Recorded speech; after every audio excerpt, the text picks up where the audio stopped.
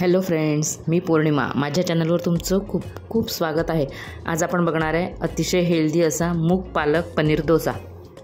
मूग पालक पनीर डोसा करण्यासाठी 2 कप मूग आपण भिजत टाकणार आहे. साधारण 5 ते 6 तास हे मूग भिजवून ठेवणार आहे. 5-6 तासानंतर बघू शकता मूग एकदम छान भिजलेले आहे.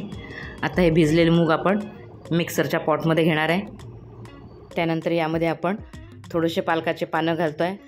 जवळपास अर्धा जुडी पालक आहे, स्वच्छ धुवून घेतलेली आहे. पालक आणि कोथिंबीर, त्यानंतर थोडासा कोथिंबीर, आलं, लसूण आणि मिरची घालतो आहे. 8-10 लसणाच्या पाकळ्या घेतलेल्या आहे आपण. त्यानंतर 1 वाटी आपण दही घातलेलं आहे यामध्ये,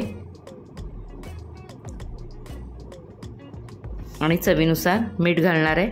आणि हे सगळं मिक्सरला छान वाटून घेणार आहे. बघू शकताय एकदम छान प्लेन अशी आपली पेस्ट तयार झाली आहे मुगाची. एकदम छान हिरवी हिरवी अशी दिसते. वाटताना आपण थोडं यामध्ये पाणी घातलं होतं आहे. बघू शकताय अशा कन्सिस्टन्सीमध्ये माझं बॅटर तयार झालेलं आहे. जनरली डोस्याचं जसं बॅटर असतं तसंच हे बॅटर झालेलं आहे. आता आपण गॅसवर तवा ठेवलेला आहे.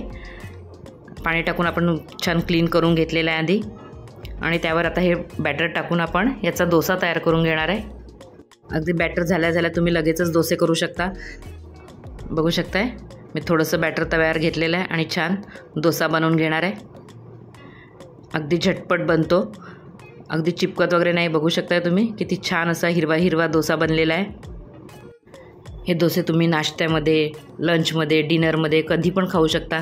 जे डाएट करत असतील त्यांच्यासाठी तर हे खूपच छान ऑप्शन आहे. मूग अतिशय हेल्दी असतात. त्यासोबत तुम्ही पालक पण टाकलेला आहे, कोथिंबीर आहे. सगळेच हेल्दी पदार्थ आपण यामध्ये टाकलेले आहे.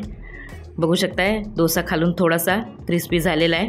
आता मी वरून बटर लावून घेतलेलं आहे थोडं थोडं. आता तुम्ही यावर ग्रीन चटणी, रेड चटणी, टमॅटो सॉस काही पण लावू शकता. मी यावर थोडी रेड चटणी स्प्रेड करते आहे. आणि त्यानंतर आपण यावर पनीर किसून टाकणार आहे. अगदी झटपट करायचं असेल तर तुम्ही डायरेक्ट यावर पनीर किसून टाकू शकता, किंवा पनीर वेगळं किसून त्यामध्ये थोडं जिरा पावडर, काळी मिरी पावडर हे सगळं टाकून ते बॅटर देखील तुम्ही पनीरचं डोशावर पसरवू शकता. मी ऑलरेडी रेड चटणी लावलेली आहे, त्यामुळे नुसतंच मी पनीर ग्रेट करून टाकलेलं आहे त्यावर. बघू शकताय एकदम छान आणि अगदी इझिली डोसा निघालेला आहे.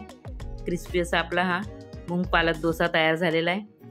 आता अजून एक डोसा मी करून घेणार आहे. प्रत्येक डोसा झाल्यानंतर थोडं तव्यावर पाणी टाकायचं आणि तवा क्लीन करून घेतला म्हणजे डोसा अजिबात तव्याला चिपकत नाही.